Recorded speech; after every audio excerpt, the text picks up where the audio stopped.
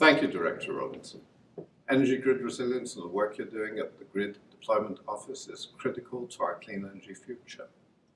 I'm Richard Campbell, Vice President of Policy and Research for Crest Forum, and I'm pleased to introduce the next panel, which is touching on resiliency within the power sector. The next panelists are going to discuss how the United States can keep the lights on while reducing global emissions and deploying utility-scale renewable energy resources. I'm proud to introduce the moderator of this panel, Neil Chatterjee, Senior Advisor at Hogan Lovells and former Chairman of the Federal Energy Regulatory Commission. Welcome, Neil. Good afternoon, everyone. Thank you for joining us for this informative panel today. Appreciate the introduction, and thank you to Crest for the opportunity. This is a timely and important discussion. During my time and tenure at FERC, I felt it was my foremost responsibility that my colleagues and I had was our responsibility for the oversight of the reliability of the grid, to make sure that when Americans hit the switch, the lights came on. What we are seeing today, in the midst of the exciting opportunities with the energy transition, is there are emerging challenges to reliability that we have to address. We've seen multiple instances in which grids have been tested, from cold weather events to extreme hot weather events. And the reality is emerging that in order to reduce carbon emissions, to minimize the impacts of these extreme weather events, we're going to become more and more reliable on weather-dependent resources. And that is a conundrum that requires a serious conversation amongst industry and policymakers and consumers about how we can keep about the pace of the energy transition while not sacrificing the reliability and affordability and safe delivery of electricity that Americans have become so accustomed to. And so I'm thankful today to be joined by an incredible group of panelists to have this serious discussion. We've got a distinguished group today, starting with Yvonne McIntyre, who is Vice President for Federal Affairs for the PG&E Corporation, which is the parent company of Pacific Gas and Electric. We are also joined today by Todd Schnitzler, the President and CEO of the Electric Power Supply Association, or EPSA. EPSA represents companies that own about 150,000 megawatts of capacity from competitive power generation assets throughout the U.S. Also happy to be joined today by John DeStasio, the President of the Large Public Power Council, where he advocates for America's largest public power systems. And finally, we're joined today by Dr. Shannon Braggs-Sitton, who is the Director of the Integrated Energy and Storage Systems at the Idaho National Laboratory. She's an internationally recognized pioneer in the innovative application of nuclear energy alongside other clean energy generators. Thank you, panelists, for joining today. Todd, why don't I start with you? I've sort of teed up the parameters for the conversation today. EPSA and your members are sort of at the core of what we're discussing today, being in the competitive power markets, dealing with trying to keep the lights on while maintaining affordability and reliability. If you can just kick us off with some opening remarks about what you're seeing from your perspective. Sure. Thanks, Neil. And thanks to Crest for the invitation to be here, and to my fellow panelists for joining this afternoon. This is a great discussion and a timely one, as Neil noted. I won't say what Neil's already said about who EPSA represents and what our members own, but I will note that our members own assets that include all types of resources, including natural gas, storage, wind, solar, biomass, geothermal, hydropower, nuclear, and even some coal.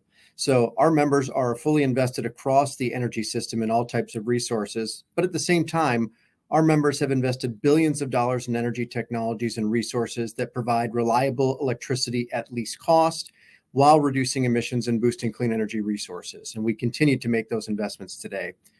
Our members have been leaders in tackling the climate crisis, meeting emissions reductions goals, and doing things like joining the initiatives like the Climate Leadership Council and supporting comprehensive emission reduction tools like carbon pricing, which seems to be a bit of a dirty word these days, but that's where we stand as an organization. So as Neil noted a minute ago, I say it a little differently, but at the end of the day, Americans want three things. They want their lights on, their beer cold, and their water warm. And in the end, they don't really want to pay more than they need to for that.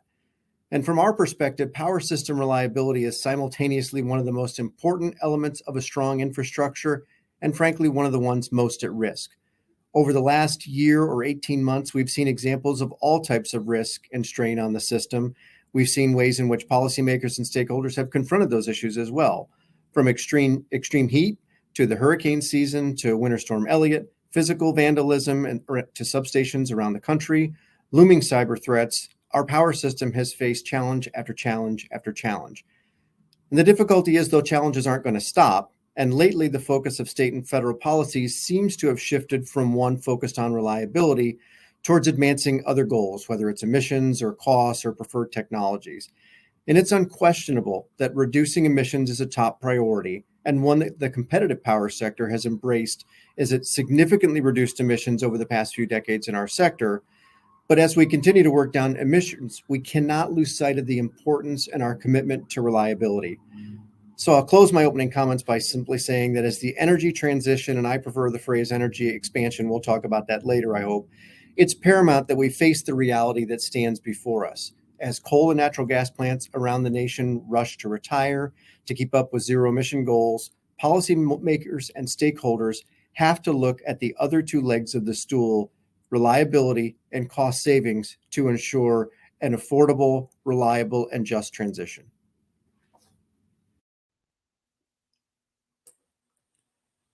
Thank you, Todd, for those comments. Moving over, Yvonne, PG&E has certainly had its share of weather-related events to contend with. Can you please provide your perspective with what you're seeing with the challenges that the PG&E has faced? Certainly. Thank you, Neil. And thank you, Chris, again, for inviting me back this year. I did participate on a panel at last year's Clean Energy Week, and so definitely happy to be joining again this year. As Neil stated, I represent PG&E Corporation, which is the parent company of the PG&E utility. PG&E Pacific Gas and Electric is a combined electric and gas utility serving more than 16 million people across 70,000 square miles in Northern and Central California. A lot of the of our service territory is hilly, forested, federal lands, rocky. So we have a challenging situation of ensuring that we maintain reliability and have the capability of making everything safer to address the numerous wildfire and other weather-related threats that we have been experiencing over the past decade. We are also, along with our state of California, working hand in hand, really advancing the bar on addressing climate and clean energy issues. California, as we all know, has been set pretty aggressive goals for decarbonizing the state and the electricity system. They have a goal of 60% renewables by 2030, increasing energy efficiency in existing buildings by two times. By 2030, they have a goal of having 5 million EVs on the road, and also a 100% clean energy and carbon neutrality goal by 2045. PG&E last year unveiled our own pretty aggressive goals, and by 2030, we are expecting to reduce Scope 1 and 2 emissions by 50% and Scope 3 emissions by 25%. We expect to have 70% renewables in our portfolio and 50% renewable natural gas, as well as 3 million EVs on the road in our service territory. We plan to exceed the California 2045 goals by having a net zero energy system by 2040. In 2050, we have set a climate and nature positive goal. Last year, 95% of our customers' electricity came from greenhouse gas-free resources. Now, that included hydro. We're one of the largest hydropower providers in the country, as well as from the only remaining nuclear power plant in the state of California, Diablo Canyon, that fortunately just got a lifeline last year from the state legislature, as well as the Department of Energy, to continue to provide that absolutely valuable carbon-free resource in the state of California.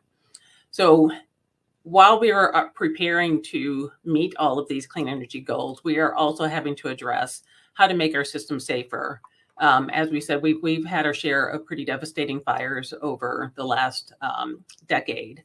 And so in 2021, when our new CEO, Patty Poppy, came on board, we made a pretty substantial announcement that we would take on burying 10,000 miles of distribution lines in the highest wildfire risk areas. And so that has been kind of our top priority to address the wildfire threats and make our electric system more resilient. Since 2021, over the 2021-2022 period, we buried 253 miles of lines, and our goal this year is to bury 350 miles more. So undergrounding not only helps reduce wildfires caused by our equipment, but also helps improve reliability and reduces the need and frequency for public safety power shutoffs, which was the first line of defense that we tried to use. Anytime we saw that there was a wildfire threat coming, we de-energized our lines in the areas that we thought the threat was going to be coming into. When we initially started that, it impacted about 2 million customers, very unhappy customers after that fact. And so we've been working since that time to improve, reduce the frequency that we employ PSPS, as well as the number of customers impacted. And so by undergrounding lines, that should also kind of reduce the need to employ PSPS. And undergrounding also helps us lessen the need for vegetation management in areas where we've been undergrounding our facilities. That is both helpful to the environment, helpful to customer complaints about us hacking up their trees.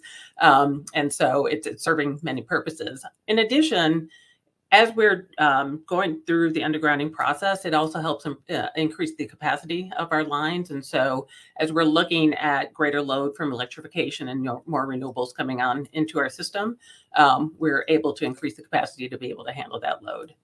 Another key action we've taken is employing what we call enhanced power line safety settings, EPSS. This is where we set the sensitivity of our safety settings to automatically turn off power within 1/10 of a second if a wildfire threat is detected. So if there is a strike on our line, the EPSS detects that and immediately shuts down power for that section of the line. This action has been proved a very effective tool. In 2022, we saw a more than 68% reduction in ignitions on EPSS-enabled lines compared to the 2018 to 2020 average. So pretty significant improvements there. We're also, as I said, continuing to reduce the impact of public safety power shutoffs, remains a top focus. We're installing stronger poles, cover power lines in and near high fire risk areas, continuing our vegetation management activities, and investing in advanced tools and technologies like artificial intelligence and drones that help us automate fire detection and response.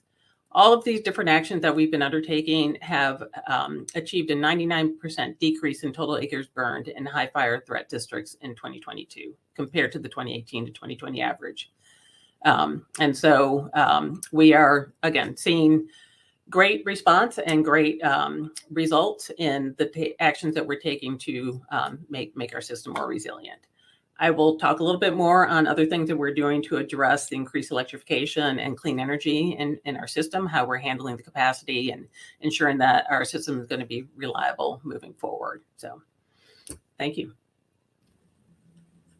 Thank you, Yvonne, for that fantastic set of remarks, teeing up this great discussion. Pivoting to you, John, you're coming at this. You've got folks all over the country.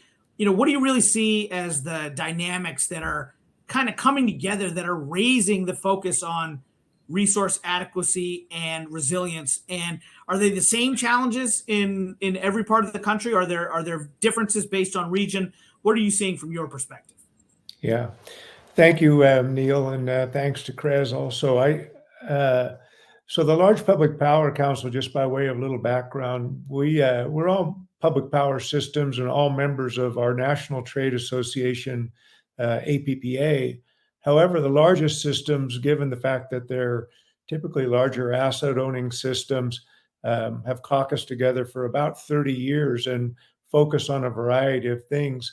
One of the most current things is we've all come together over the recent past, regardless of the geographic diversity we have, to support active decarbonization. And so the energy transition or energy expansion, as Todd mentioned, is well underway.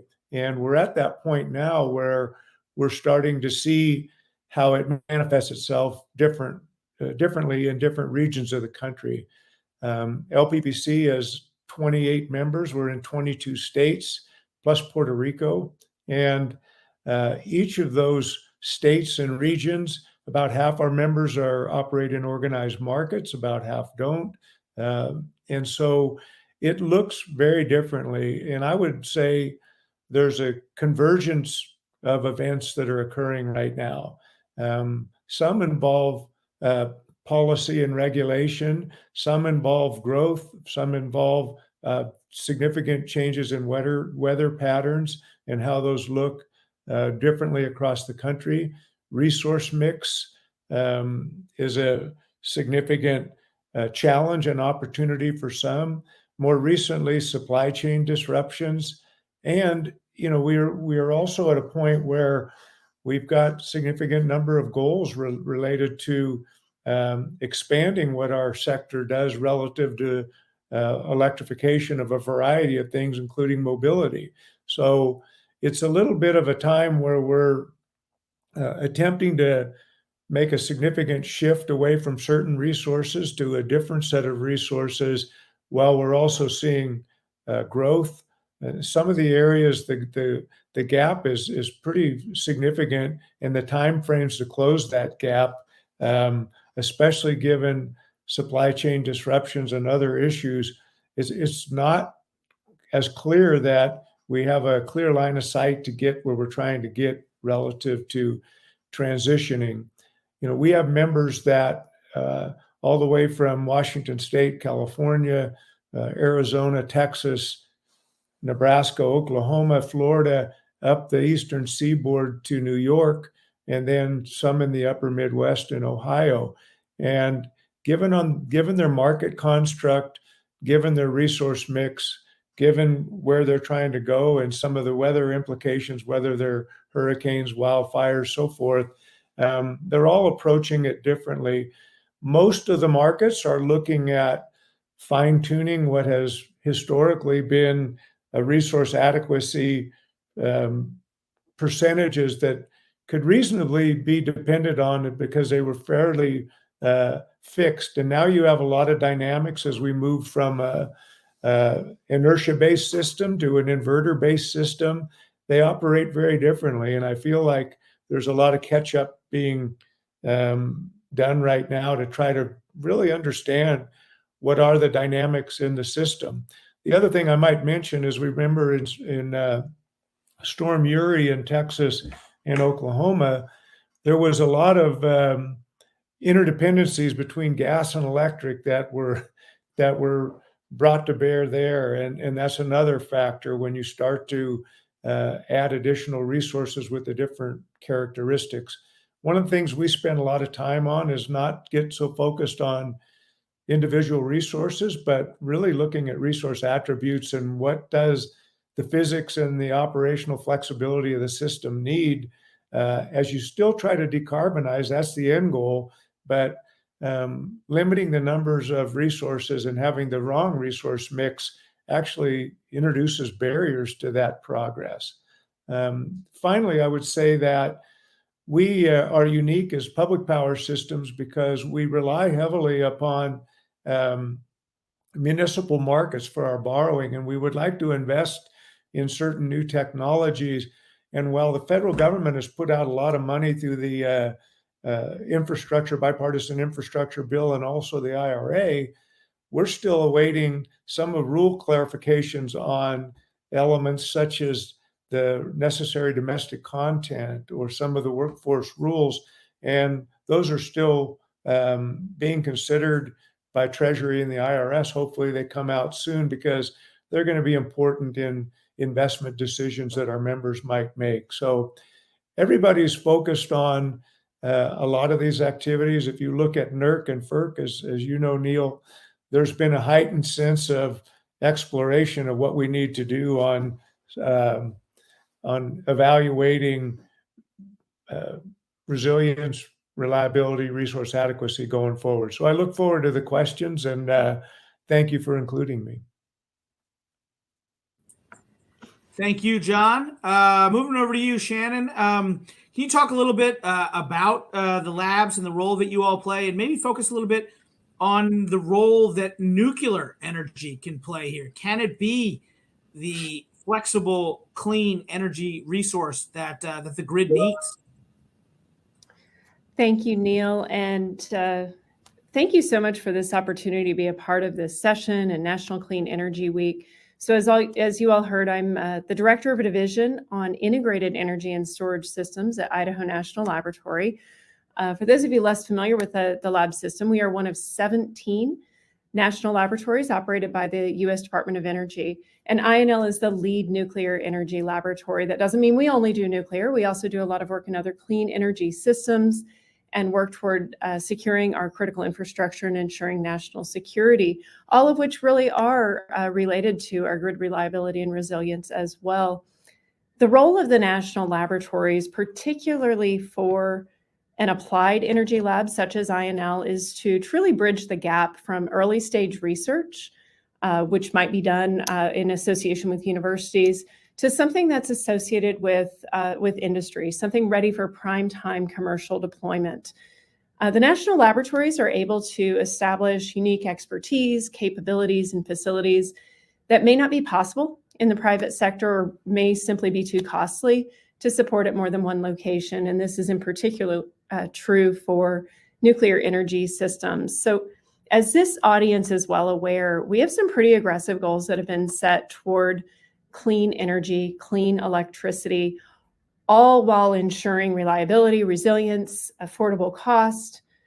And this is a really big challenge. If we are to achieve full decarbonization of our electricity sector by 2035 and decarbonization across all energy sectors, so including industry and transportation by 2050, we need to think about this differently. We need to shift our paradigm and not just think linearly about decarbonizing electricity and then industry, but how do we do this in parallel to increase flexibility and availability of electricity on the grid and also support the heat demands in our industrial sector? How do we replace fuels that currently are used in transportation?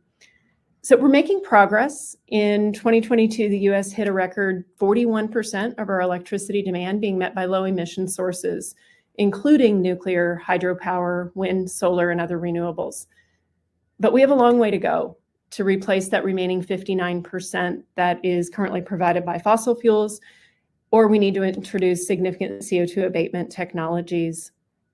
If we take that broader view and look beyond just electricity to also include transportation and heat utilization in industry, we can see that almost 85% globally is being provided by fossil fuels and just a small 15 to 16% by low carbon sources. So those numbers begin to put into perspective the challenge that we have before us. And if we are going to meet these aggressive goals, we really need to take an aggressive approach, an aggressive paradigm shift.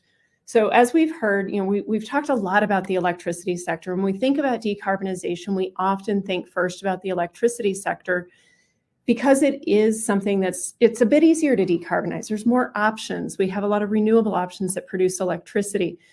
But when we look more broadly to industry and provision of heat, we have very few non-emitting options that can support those harder to abate sectors, including chemical and manufacturing industries that currently rely on dedicated fossil plants, as well as heavy duty transportation, such as tractor trailers, aircraft, and maritime vessels. So I'll say we have three key challenges when we think about deep decarbonization. We need to replace the high quality heat that's currently provided by fossil fuels.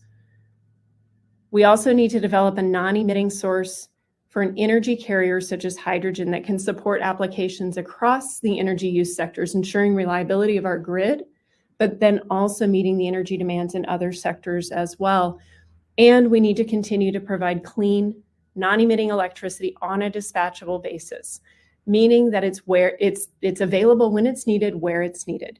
So how does this relate to our energy mix overall? Right now, in regions where we have significant renewable generation, we see those baseload assets such as nuclear being asked to dial back power, reduce operations when there's a lot of electricity being provided by those renewables. If we instead think about this a little differently, again, meeting all of our energy demands collectively, when the grid demand is being met by those renewable energy sources and thus with non-emitting electricity, instead of dialing back power from our clean nuclear energy sources, let's redirect it. Let's redirect it to the production of hydrogen. Let's redirect it to heat for industry. By doing so, we can reduce the amount of energy storage necessary in the grid, and we can ensure that we have that reliable dispatchable asset available for grid as well as for industrial applications. So this is some of the work that we're doing at the national laboratories, looking at integrated system approaches, looking at energy system solutions that leverage multiple clean energy assets collectively to meet multiple energy demands, such as the grid, as well as industrial applications and transportation applications. So with that, I will stop and look forward to the discussion. Thank you so much. Well, thank all of you for those excellent introductory remarks. I'm going to dive into the questions a little bit. I'm going to start circling back to you, Todd, and come back to the topic that I raised with John a little bit around resource adequacy.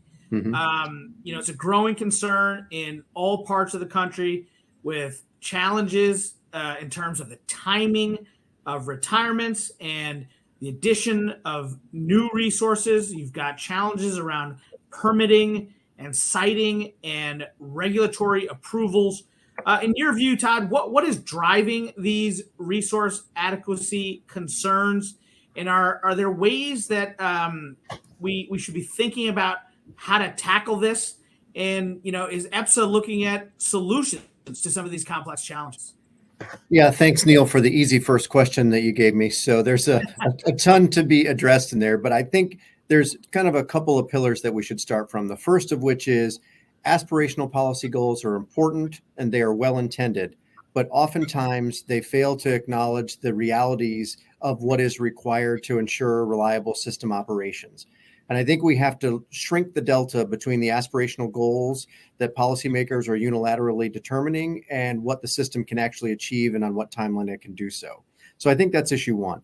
I think the second issue you look at with resource adequacy is we have a evolving set of issues that have changed over the last, call it 30 years, where you no longer have the ability to cite generation resources. And that's true not just of fossil-based resources, that's true for renewable-based resources, depending on which parts of the country you're in. And so the accelerated retirement of certain resources that are dispatchable and provide power to the grid when intermittent or non-dispatchable resources aren't available is a growing concern. The too rapid a set of retirements without the ability to replace those resources with dispatchable resources is going to create an ever-growing reliability concern. And that's not EPSA reading from our book. That's, if you look at what 3 of the Eastern RTOs have given warnings about in New York, in New England, and in PJM, there are concerns about the pace of retirement and additions of new resources, as well as NERC's report that has pointed out that there are a number of growing concerns about ensuring system reliability. And the newest one that was added to their most recent report are policy considerations that are being made at the state and federal level that are driving decisions. So I think those are some of the things that we have to think about. And then really you raise a couple of the very difficult issues around permitting and siting. You have a couple of competing problems. The first of which is there's a lot of banana in our society, which is build absolutely nothing, anytime, anywhere. And that's problematic. And I think the second piece that you have to think about is how can you make the decisions in a timely fashion? Can you resolve the litigation realities that have stopped infrastructure projects, whether it's renewables or it is fossil-based pipeline infrastructure? I mean, those are things that we have to have a meaningful, thoughtful conversation around, because without addressing those issues, we'll continue to have these panels and we'll discuss the issue, but we're not going to solve the reliability problem that is getting ever closer. And I think the opportunity for a deal exists in Congress. There was a first step during the IRA, but I heard someone, and I wish I could say it was my words, but it was theirs, that said the deal is so simple, that's why no one can say yes to it. I mean, clearly there's a need for infrastructure to move power from where it's being generated to where the load centers are. And there's also an ever-growing need for additional natural gas infrastructure in particular, because even if you have a high penetration of renewables, we're going to need natural gas resources to provide base load power for decades to come. They may not operate on an 8760 basis, but when you need it, it's going to be during those critical periods. So the ability to compromise on both sides, I know you're not supposed to use that word in Washington, but the ability to compromise, that's the deal that is before us and would make an awful lot of sense. And perhaps that's why we're having trouble getting to yes. But I think those are some of the really critical issues that have to be addressed in order to ensure resource adequacy, to ensure that we can continue the development of resources of all types going forward. Todd, does that deal have to be struck in Congress, or are there steps that FERC could take to answer a lot of the questions that you've just raised? Well, as the former chair of the commission, I appreciate you giving me the question and not answering yourself. Well, if I would have solved it, then we wouldn't be here today. Yeah, I think there are incremental steps that could be taken. There are challenges that exist. There are market-related challenges that our members are experiencing that are different than perhaps our public power or our rural co-ops or the vertically integrated utilities. So I think if we could maybe focus more on putting the shovel down and not digging the hole deeper, and look realistically at where we are and how we can make the situation better, that would be a great step. For example, and I'll stop going on. I think we need to look at adjusting planning parameters for what we're trying to procure. We are using a planning parameter that has existed for the better part of 70 years in a world where the existence of renewables was virtually zero, where almost all of the power came from coal or nuclear, with gas being the unit that kind of carried the intermittent or the fluctuations in demand. And that world has changed. And the resource characteristics have changed, meaning we're not looking at a outage that's one large plant or one large transmission line. You're looking at a situation in the West where you have drought that's going to reduce your hydro resources for a year or two at a time or longer. Or you've got marine layer solar implications for solar resources, which I didn't even know was a thing until Jim Robb explained to me how NERC is looking at that. And you also have the occurrence of changing wind patterns. So you've constructed your wind farm, and now the wind pattern has changed either temporarily or permanently, and you're getting less out of those resources than you thought otherwise. So what we're having on the system has changed, how we're planning has changed, and what we're planning for has to change. And that holistic discussion, I think, would fundamentally help, to Shannon's point, would help us address what resources we need and when they can be deployed and how they will ensure reliability of the system. That's great, Todd. Thank you. Yvonne, Todd teed up a lot there about, permitting and its importance and how hard it is to build things. No one knows better the challenges of building than PG&E, which has to build in California, where it's extremely difficult to build anything. How is PG&E addressing the need for increased capacity and resources to reliably support increased electrification in your service territory in the face of the real challenges to getting anything built in California? Thanks, Neil. It is very difficult, as we all know, particularly building large-scale projects like transmission lines across the state. And so we are looking for ways that we don't have to rely on building or counting on resources that California is allowing to be built, primarily renewable resources. So one of the things we are looking at, again, and we already do, is importing more clean energy from outside of California. That in and of itself will require greater transmission access, bringing power into the state. We're also looking at getting incremental energy from existing facilities inside of California. We have a number of demand response programs already operating, and so we're looking at modifying and adding new. We're actively enrolling customers right now with the target of providing a total capacity of 900 megawatts through the programs. We're relying on large-scale battery projects. So currently we have battery storage projects that exceed 3,000 megawatts of capacity, and we're going to rely on those even more, building out more of those in our service territory. We're also looking at other innovative ways to use existing renewable resources that don't belong, not large scale, don't belong to any utility, but belong to residential customers. So we are employing virtual power plants. So over 700,000 customers in our service territory have installed rooftop solar. and more than 55,000 residential, business, and government customers have installed behind-the-meter battery storage systems. So those battery systems total more than 500 megawatts of capacity. So we're utilizing these behind-the-meter systems as virtual power plants. We have one program that we partner with Tesla that allows us to access residential Powerwall home battery systems that discharge power back to the grid during times of high electricity demand. That VPP was activated 10 times during the August to September 2022 heat wave. We're also announced a partnership with Sunrun earlier this year for a first-of-a-kind program that provides flexible support from residential solar plus battery systems during our hottest months. So the program provides energy support to the grid every evening from 7 p.m. to 9 p.m. during the month of August through October. 8,500 residential customers are enrolled in the program, creating a virtual power plant capable of discharging 34 megawatts back to the grid during times of constraint. So we'll continue to look for partnerships like that so that, again, we're not having to actually build a new power plant, but rely on what's already there. Another thing that we're looking at is utilizing electric vehicles that are currently on the road or growing in our service territory. Right now, 1 in every 7 of all EVs in the nation are registered in PG&E service territory. And we expect EVs will account for a large increase in future load, which probably will require significant grid upgrades. However, if well orchestrated, we believe that EVs can actually lead to improved grid reliability, resiliency, and reduced greenhouse gas emissions. So we are developing programs where we will incentivize EV owners to charge at certain times of the day. And then we can also actively direct charging to the middle of the day when there's peak renewable generation, and then have them move away from charging at night when there's less renewables in the system.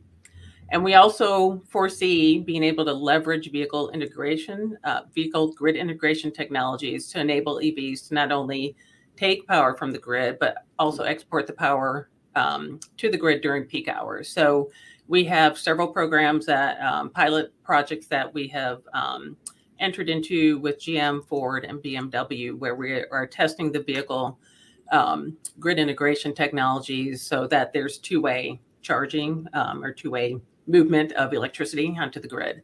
And so, we're just looking for ways that we can move forward, address our capacity issues without actually having to build anything on the ground. California, I mean, this isn't to say that that's going to be, the magic bullet that, kind of moves away from having to add more transmission into the system. So the California has already kind of looked at what's going to be needed because, they're looking to rely more on offshore wind in the future, tap into the renewable areas that we're not already tapping into that are not close, as Todd said, close to the power, the load centers. And so they have identified 45 projects that will connect up to 40 gigawatts of generation needed over the next decade. But we will see how soon that can come to pass, particularly given that we have a national issue with transmission, but it's exacerbated in the state of California by their permitting challenges. So again, we're looking at every way that we can address our needs without actually having to build more infrastructure. Yvonne, loaded, dicey question coming. Please answer it honestly, not because I'm the one that's asking it. What role is FERC Order 2222 playing in your planning and processes? Has it been helpful or has it been a hindrance? I can't answer that question because I don't work on FERC issues. So I'm sorry, but I can get that information for you. The correct answer is it's been amazing. It's worked beautifully. Okay. Thank you. Pivoting to John. John, I think we're so fortunate now. It's the fall of 2023, and we've sort of moved past the nightmare that was the pandemic. But there are still issues that emerged during the pandemic that continue to impact reliability today. Can you talk a little bit about supply chain disruptions and what effect those supply chain disruptions have had on adding resources and infrastructure to enhance reliability? Yeah, sure, Neil. I will say I would piggyback on what Yvonne said. I mean, a lot of our members, especially in the West, are heavily focused on solar and storage. That's a big play at scale. And where some of these things were previously pilot projects, now they're being relied upon to be essential elements in serving load. I know in Arizona, there's a huge effort to add thousands of megawatts of solar and storage. Unfortunately, some of the supply chain disruptions are showing up to where they're unable to get, for a variety of reasons, not just supply chain disruptions. If you remember, there were solar issues related to geopolitical issues and where they were sourced, but you're also having storage issues that they're just not available in the timeframes that people were relying upon them for integrating them into the grid. So I do think, as Todd mentioned, at the end of the last Congress, there was good discussions about permitting reform. That's certainly a big part of it. If you think about having a goal that's to deeply decarbonize by 2035, and from starting today, a transmission line is 10 years plus, it doesn't really add up. And then you look at the supply chain, and I would add one more thing unrelated to either, but I do think you're starting to see some, at least amongst our members, we're starting to see land use issues crop up relative to in ag areas and so forth. Energy density is starting to become a topic as you think about the scale of the land use implications of relying on solar and or wind. So I do think the path to decarbonization is not necessarily only a couple resources and we're done. I think somebody said in the past, there's no silver bullet here, and we need to be very creative about relying on behind the meter assets, as PG&E is looking to do, and others. We need to look at things like small modular reactors very closely. And I do think we're going to see, I know many of our members are actually adding gas to the system, not to use it as a baseload resource, but to use it for flexibility and load following. And so I think that the system that's emerging in the effort to decarbonize is being going to be very different than I think people believed we would get. We do need to get over permitting, I think, is one of the key factors, and so is dealing with the supply chain issues, because those right now are pretty significant impediments. Shannon, John just mentioned a number of technologies there. One thing he didn't mention that I've been hearing a lot about, there's been a ton of buzz recently about the role that hydrogen can play in achieving decarbonization goals. Can you speak a little bit about how you see nuclear energy supporting hydrogen production without emissions? And is this feasible in the relative near term, or is this just pie in the sky dreaming? Great question. Thank you, Neil. And thank you for the segue, John, into some of the nuclear options that are being developed. There is a lot of discussion around hydrogen. Hydrogen was the first announced energy earthshot by the Department of Energy. And so we need to pause and say why. Why is hydrogen so important? It's important because of its versatility as an energy carrier. So hydrogen can provide us that energy storage means it can be used for peak power production.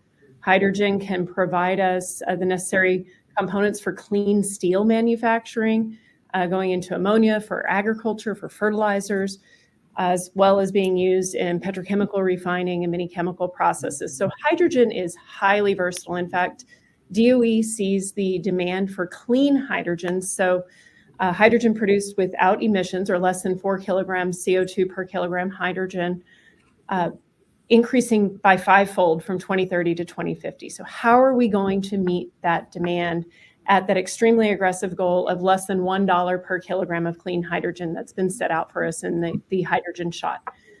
So we have a lot of work to do toward that. And nuclear energy can provide both heat and electricity to the production of hydrogen. So renewables are a great asset for producing hydrogen via low temperature electrolysis, breaking down water into hydrogen and oxygen without emissions. That's great where it's available. but we can move to high temperature steam electrolysis. And by doing so, we can get about 30% more efficiency in that hydrogen production using heat and electricity from an existing nuclear reactor or a future advanced reactor.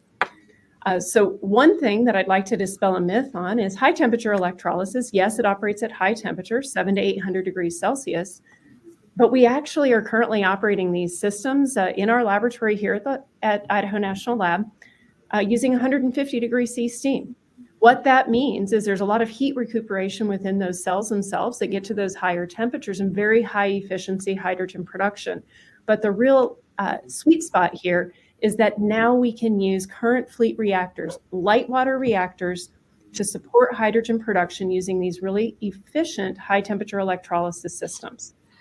So let's think about grid flexibility here. Nuclear plants are flexible. We don't typically use them as flexible assets in the US because it's not the most efficient way to use our reactors, but they can flex. But I'd like to introduce a new idea. Instead of operating with a load following mode, let's think about it as load dynamic, supporting the grid when necessary, but then redirecting electricity and heat to hydrogen production when the grid doesn't need it. This increases the flexibility while still maintaining very efficient operation of those nuclear plants. And now it provides an avenue to greater revenues back to those current fleet plants, keeping them on the grid, keeping them as reliable, resilient assets, and giving us that pathway to low-cost clean hydrogen production. My colleagues recently completed a study on the cost of hydrogen from a current fleet plant using high-temperature electrolysis. And we see that right now, if we produce it at scale, it's about $2 per kilogram of clean hydrogen. That is really impressive and certainly better than what we can get with renewables and low-temperature electrolysis. We're not quite to that hydrogen shot goal yet, but we do see some avenues for further cost reduction. So this is something that can happen today. We had our first nuclear plant begin producing hydrogen on site back in March. That was in New York at the 9 Mile Point plant.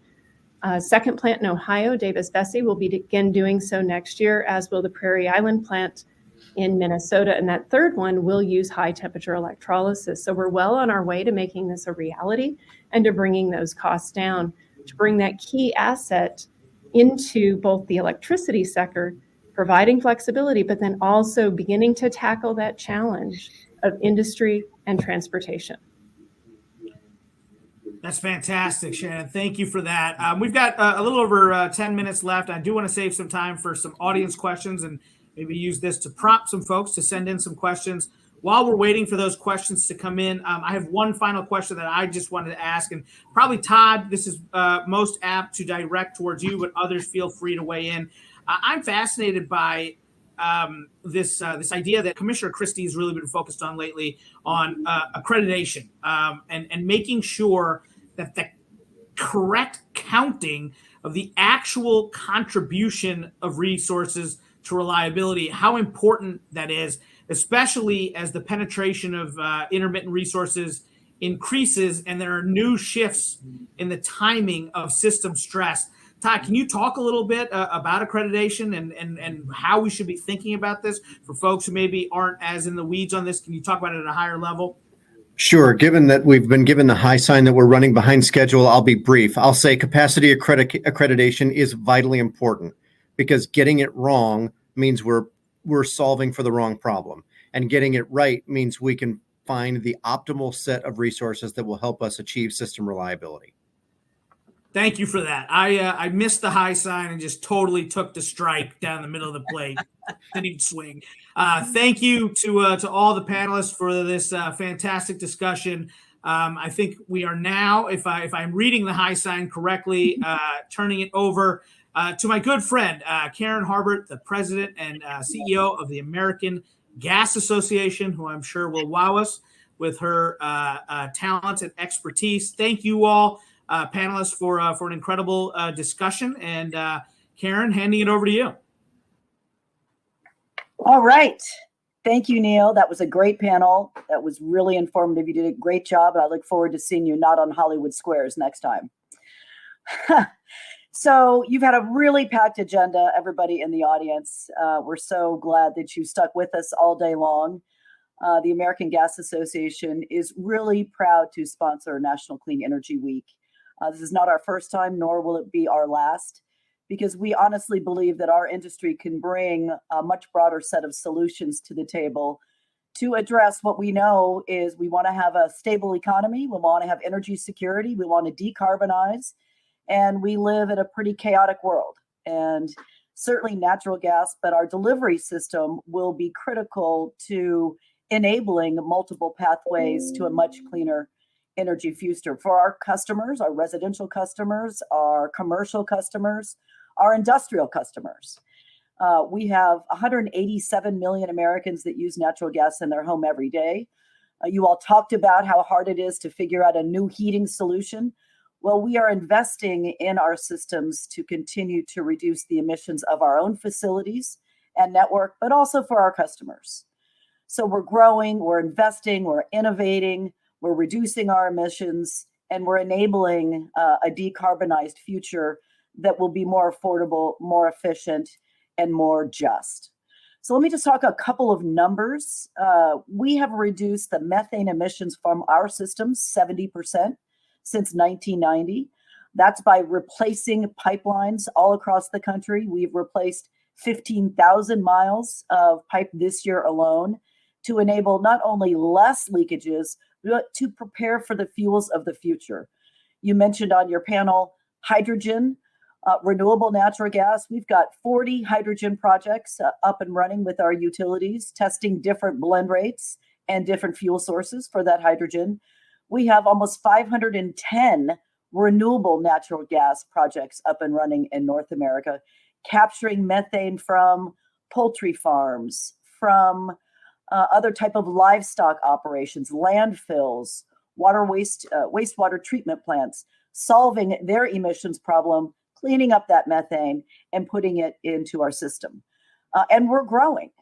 We added 775,000 customers last year. And this year, we've already added 550,000. So people want natural gas. They want that reliability. They want the affordability that natural gas gives to them with some predictability in their bills.